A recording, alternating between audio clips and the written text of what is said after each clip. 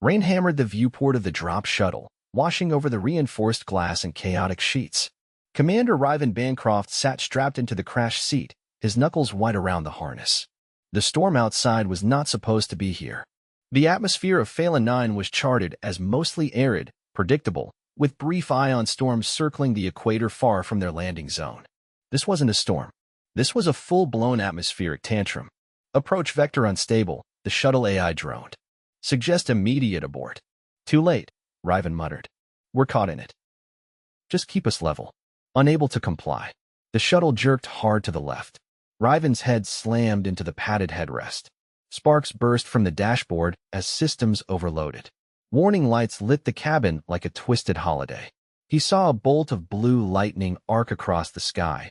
Then the ground rushed up like a solid wall. The last thing he remembered before the impact was the AI calmly stating, "Collision imminent. Brace for." Everything went white. Korrin had watched the vessel descend in flames from the upper ridge. It had come in too steep, far outside the designated human landing corridor. The vessel cartwheeled through a copse of thin bark trees before slamming into the cracked soil below, leaving a blackened trail of smoke and broken metal. Korrin tilted its narrow head, ocular lenses focusing.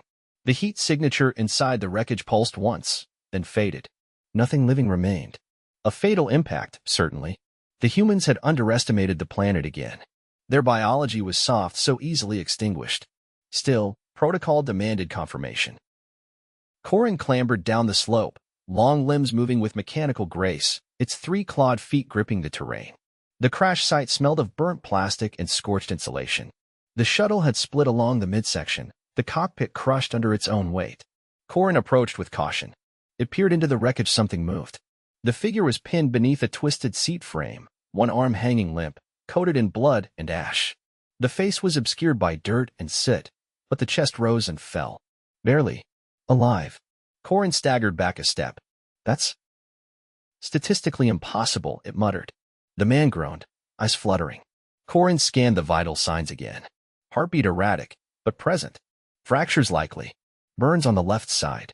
Severe concussion probable. But the human was alive. Not intact, but alive. Ryven coughed, choked on the smoke, then tried to sit up. Stay down, Korrin said, stepping forward. Your vessel has been compromised. You require immediate biostabilization. Ryven blinked through the haze. What are you? I am Korrin. I am assigned to monitor Quadrant 4. You are Ryven Bancroft, he rasped. Commander. United Earth. Diplomatic Corps. You should not be conscious. I get that a lot. Ryven tried to move again. Pain lanced through his side. He hissed and fell back. You are bleeding internally, Korrin said, scanning him again. You must not move. No argument here. Korrin extended a stabilizing field over the man's torso. The field hummed softly, slowing the bleeding and dulling the pain receptors. Ryven exhaled, eyes fluttering. I will call for extraction, Korrin said. Good, Ryven muttered. I've had enough planetary greetings for one day. The medical facility was a dome nestled into the cliffs, grown from local mineral and polymer composites. Ryven lay on a bio-suspension bed, surrounded by soft blue light. His arm was in a rigid cast, ribs taped, a minor skull fracture sealed with dermal mesh. He had 2 cracked ribs, a severely bruised arm, and light burns along his left shoulder. The doctors told him he was lucky to be alive. He didn't argue. Korrin stood in the corner of the room, arms folded. Why are you watching me like that? Ryven asked. You should not have survived that crash. You said that already. Because it remains true. Ryven shifted, wincing. Well, maybe your statistics need updating. I have recalculated them 12 times. The probabilities remain unchanged. Well, maybe you don't factor in adrenaline, sheer panic, and stubbornness. That is not measurable. Exactly. There was a pause. You do not heal quickly, Korrin noted. Nope. And yet you live. Ryven looked over. Korrin, do you often stand around waiting for things to die? I observe. I learn. Then try learning this. Humans are good at not dying, even when we really should. 3 days later, Ryven was walking with assistance. Not gracefully, but upright. The burns had blistered and healed with treatment. The cracked ribs still ached when he breathed too deep. His right arm, the one bruised in the crash, remained stiff and swollen, though the scans confirmed no fracture. It would take another week to fully recover mobility. Korrin watched his progress with fascination. You should be resting. I am. This is the slowest I've ever walked. You are risking re-injury. I'm also risking losing my mind if I stay in that room any longer. Korrin followed him out onto the observation deck. Below them, the cliffs dropped into a valley of red stone and mist. The alien's gaze remained on Ryven. None of the others survived, Korrin said quietly. I figured. We recovered no other life signs. Your crew, I know. Korrin hesitated. I apologize. Ryven nodded. They knew the risks. We all did. You do not weep. I will. Just not yet. Korrin tilted its head. That, too, is strange. No, that's just human. A week passed. Ryven improved steadily, though not without setbacks. One morning he awoke to find his arm swollen again. The pain spiked when he tried to grip anything. The medical team ran new scans. No fracture, the technician confirmed, but significant soft tissue damage. You've been overusing it. Ryven sighed. Figures. You must rest, or the recovery will delay further. Korrin stood nearby, tapping notes into a datapad. You were warned, Korrin said. I know. You did not listen. I rarely do. On the 14th day, Ryven stepped into the training yard. Not to train, but just to move. He wore a sling now, and the medics had cleared him for light walking. The sun was high, casting long shadows across the courtyard. Korrin met him there. You intend to resume duty? Eventually. You are still damaged. That's a word. Korrin studied him for a moment. There was a debate among my superiors. They believed you had perished in the wreckage. I was instructed not to retrieve you. You disobeyed? I delayed confirmation until I could visually assess. Ryven squinted at him. That's a weird way of saying you saved my life. I acted within the parameters of plausible doubt. He grinned. You're worse at compliments than me. It was not a compliment. By the 20th day, Ryven's arm had regained function, though he still winced when lifting anything heavier than a datapad. He had begun writing reports again, cataloging the crash, the loss of his team, and the conversations with Korrin. One evening, while reviewing the final telemetry from the shuttle, he found something strange. Korrin, come here. The alien approached. This data right before the crash. There was interference. Not atmospheric. Something else. Korrin scanned the data. That is not natural. No, it's a signal. Deliberate. Ryven's pulse quickened. Someone spoofed our landing vector. Korrin's eyes narrowed. You mean the crash was intentional? Looks that way. That night, Ryven lay awake with the weight of the discovery pressing on his chest. Someone had wanted them dead. Someone had tampered with their descent. The storm was a cover, but the signal was the real sabotage. He rose, throwing on a jacket, and limped toward the command center. Korrin intercepted him. You are not authorized for night access. Then arrest me. You are still healing. Then walk with me. Together, they entered the command dome. The night crew looked up but said nothing. Ryven accessed the planetary logs. There. That frequency. It originated from within the canyon network. Korrin nodded slowly. I recognize this pattern. It is used by a rogue faction, the Kessler. They oppose all foreign presence. They killed my team. Yes. Then I want them found. Ryven wasn't cleared for field duty, but he insisted on riding in the scout vessel. He didn't participate in the breach, but he watched from the edge as Korrin and a tactical team swept through the canyon outpost. The Kessler were not numerous, but they were armed. The fight was brief. Ryven approached the wreckage of their transmitter hours later. The same frequency still flickered across the screen. He stared at it for a long time. Why go through all this trouble, he asked. Korrin stood beside him. Fear. Mistrust. Your kind brings change. Not all adapt easily. Ryven exhaled. His ribs still ached. His arms still throbbed. But he was standing. I'm going to finish what we started, he said. I'm not going anywhere. You survived a fatal crash, multiple injuries, and an assassination. Yeah, not planning to make it a habit. You are. Difficult to eliminate. Let's hope that continues. Korrin nodded. Perhaps your species is more resilient than we believed. Ryven looked out over the canyon, the wind tugging at his jacket. Maybe, he said. Or maybe we're just too stubborn to die when we're supposed to. Korrin didn't respond. There was nothing else to say. Ryven sat alone in the diagnostic chamber, his right arm suspended in a traction sling that hissed faintly with every micro-adjustment. A translucent patch blinked red near his elbow, monitoring swelling.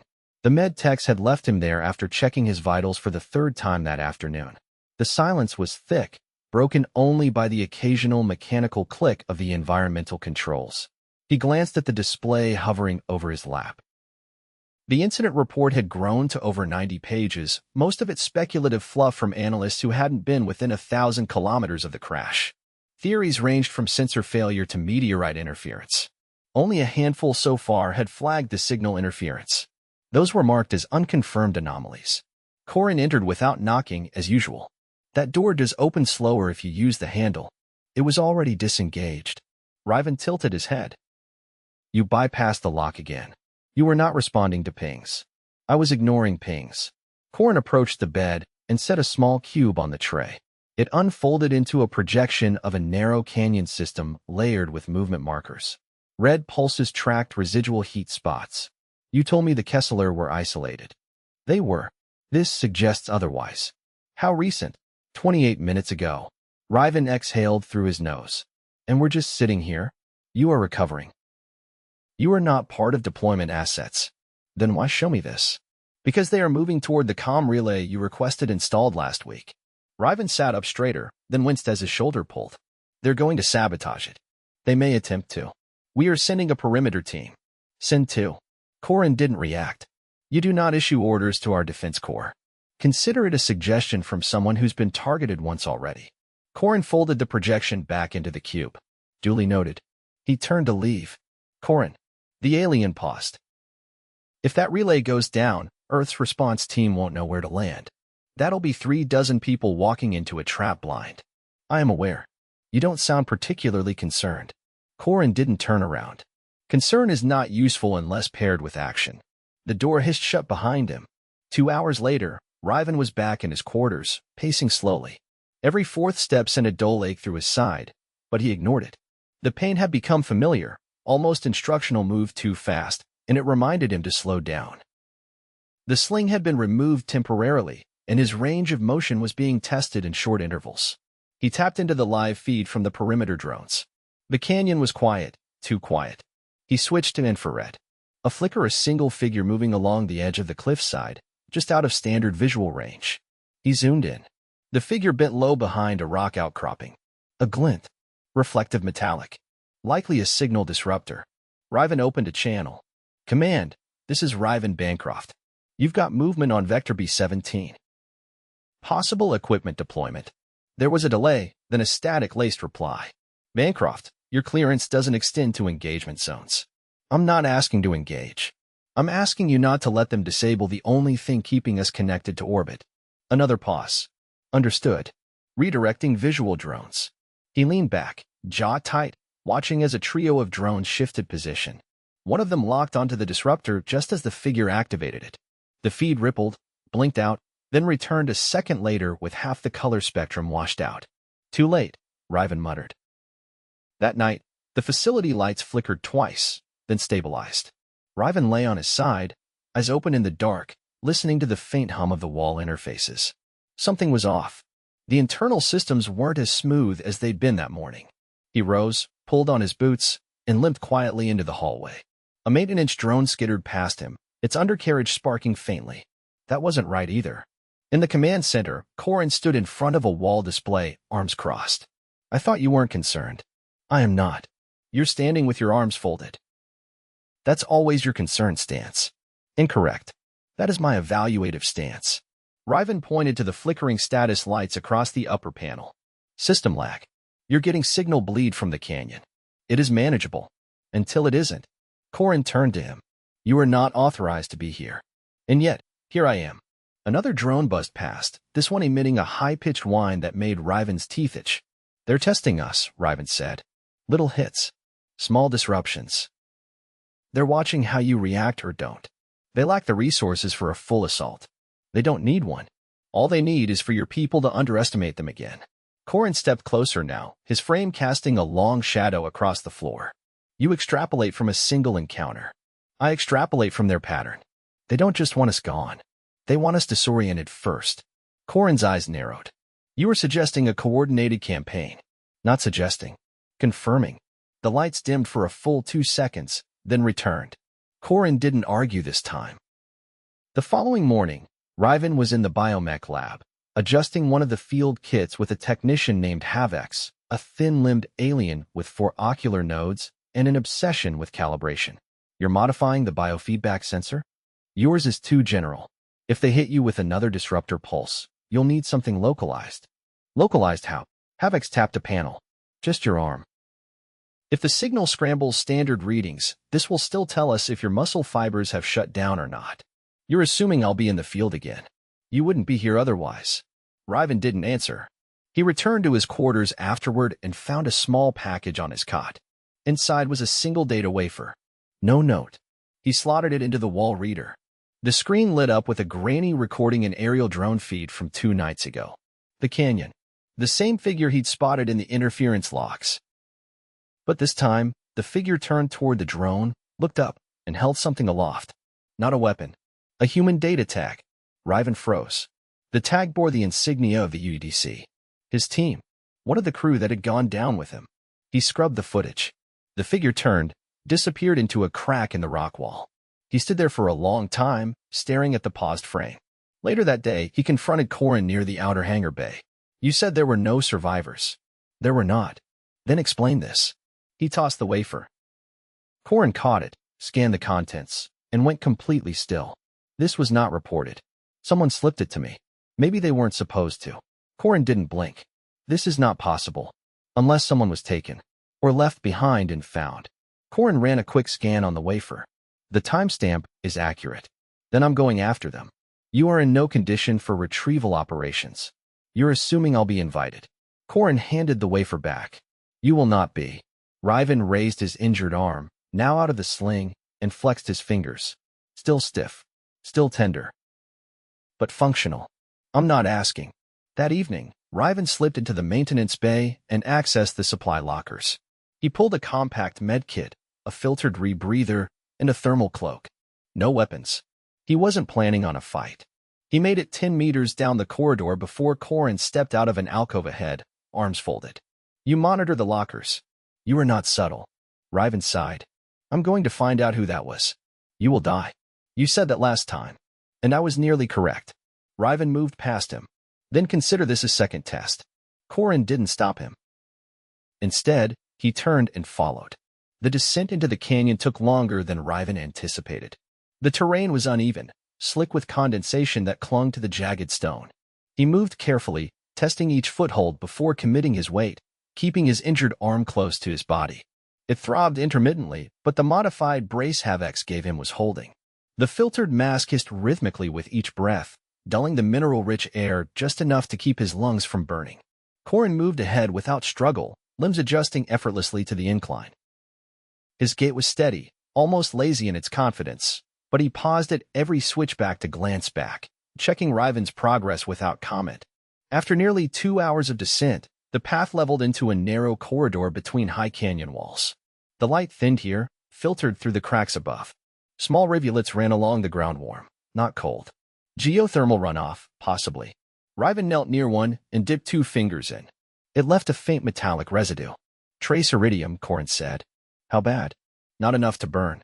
Enough to scar, over time. Ryven wiped his hand on his jacket. Not planning on retiring here. They continued in silence until they reached a split in the canyon. Korrin stopped and scanned the left passage. This way, he said. You're sure? I recognize the mineral displacement pattern. It matches the drone's final trajectory. Ryven didn't argue. The path narrowed further, forcing them to move single file. At one point, Korrin flattened himself against the wall to allow Ryven to squeeze past. The rock scraped his shoulder, but he said nothing.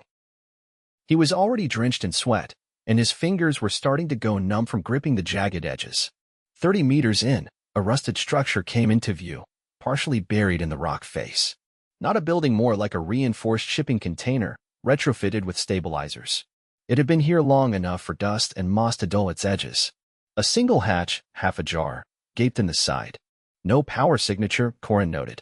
Ryven crouched and ran his fingers along the frame. It was sealed from the inside. Someone wanted to keep something out, or prevent something inside from leaving. The threshold was only shoulder width. Korrin ducked slightly to enter. Ryven followed, his boots crunching on dried sediment. The floor inside was uneven, warped in places like it had been subjected to pressure or heat. A faint chemical smell lingered. A figure sat slumped against the far wall, barely distinguishable in the dim light. Ryven approached slowly. It was one of his crew, Lieutenant Mira Jasso. Her uniform was torn at the sleeve, the fabric stained and stiff. Her chest rose and fell slowly, and her eyes were half-lidded, unfocused.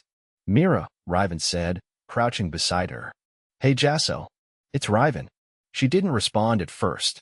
Then, her gaze flicked toward him, and her lips parted. "You're dead," she whispered. "Not yet," he said. "You're not either." He reached for his comm, but Korrin was already activating a beacon. "She's severely dehydrated," Ryven said. "Pupils are dilated, skin's clammy. She's maybe had water, but no food." "She has been here for cycles," Korrin said. "How did she survive?" Ryven stared at the makeshift filter rig in the corner, a bent pipe leading to a condensation collector, patched with scraps of polymer. "Not elegant. Just functional. She built that," he said. "Or fixed it. Either way, it kept her alive." Korrin examined the device. "Human design? No, that's Kessler tech. She didn't build it. She repurposed it." Myra's voice was barely audible.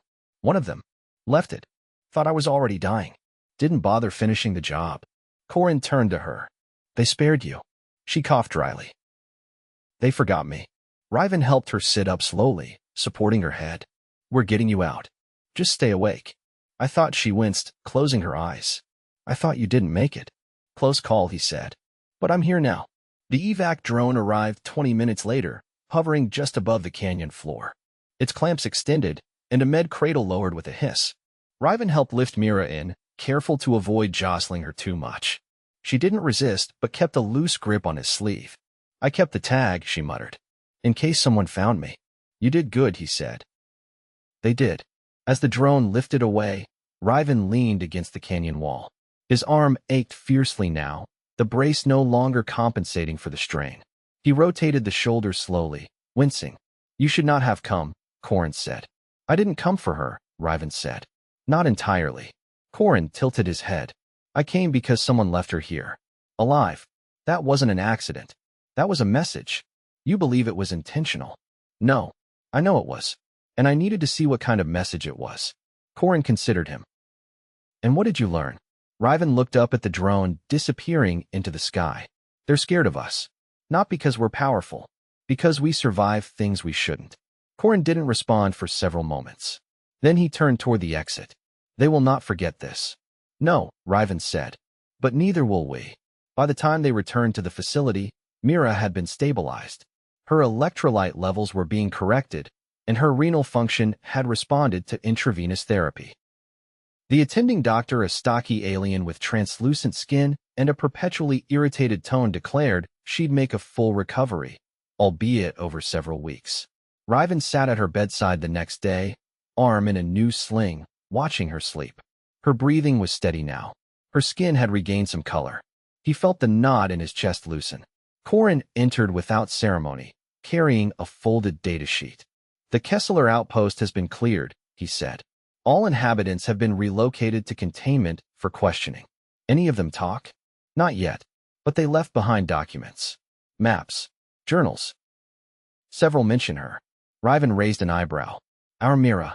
They referred to her as the one who endured. Ryven leaned back in his chair, exhaling.